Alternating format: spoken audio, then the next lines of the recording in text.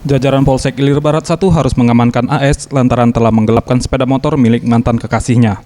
Menurut pengakuan pelaku, kejadian berawal ketika tersangka menghubungi korban melalui aplikasi chatting. Setelah berbasa-basi, tersangka mencoba untuk menawarkan lowongan kerja. Kemudian tersangka pun bertemu dengan korban. Lantas korban memberikan lamaran tersebut ke tersangka. Dan tersangka meminta korban agar motor yang dipakainya dipinjamkan dengan alasan untuk mengantar surat lamaran tersebut. Korban yang merasa percaya lantas meminjamkan motor kesayangannya tersebut. Lama tak kunjung tiba, tersangka pun tak kunjung kembali. Kemudian motor tersebut dibawa ke penampung, namun ia hanya diberi 100.000.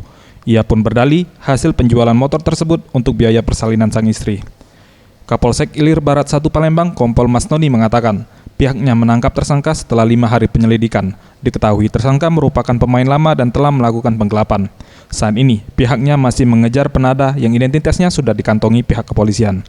Tersangka pun terancam pasal 372 KUHP dengan ancaman hukuman 4 tahun penjara. Penggelapan, di mana dia meminjam kendaraan roda 2 punya mantan pacarnya atas nama Merian Dwi Rika.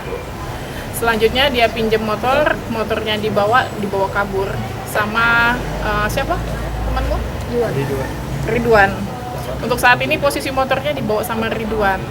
Setelah kejadian dia dikasih uang sama Ridwan sebesar 200.000. 100.000 masih ada di si pelaku dan satunya lagi 100-nya lagi sudah dibelikan ke rokok. Yang minjam ini yang ini atau yang Dia kabur itu? ini mantan pacarnya. Mungkin dia dibujuk sama temennya. Apa? Sakit hati saya. Tidak ada apa-apa. Terus? Tidak apa-apa lah sana ini. Oleh kawan itu lah untuk keperluan. Terus? Untuk keperluan, Pak. Keluar mau mana? Keperluan dulu lah untuk rumah tangga lah. Rumah tangganya lah. Lahir ke, Kalau sebulan lagi nak melahir ke. 2 bulan lagi. Tim Liputan Sriwijaya TV.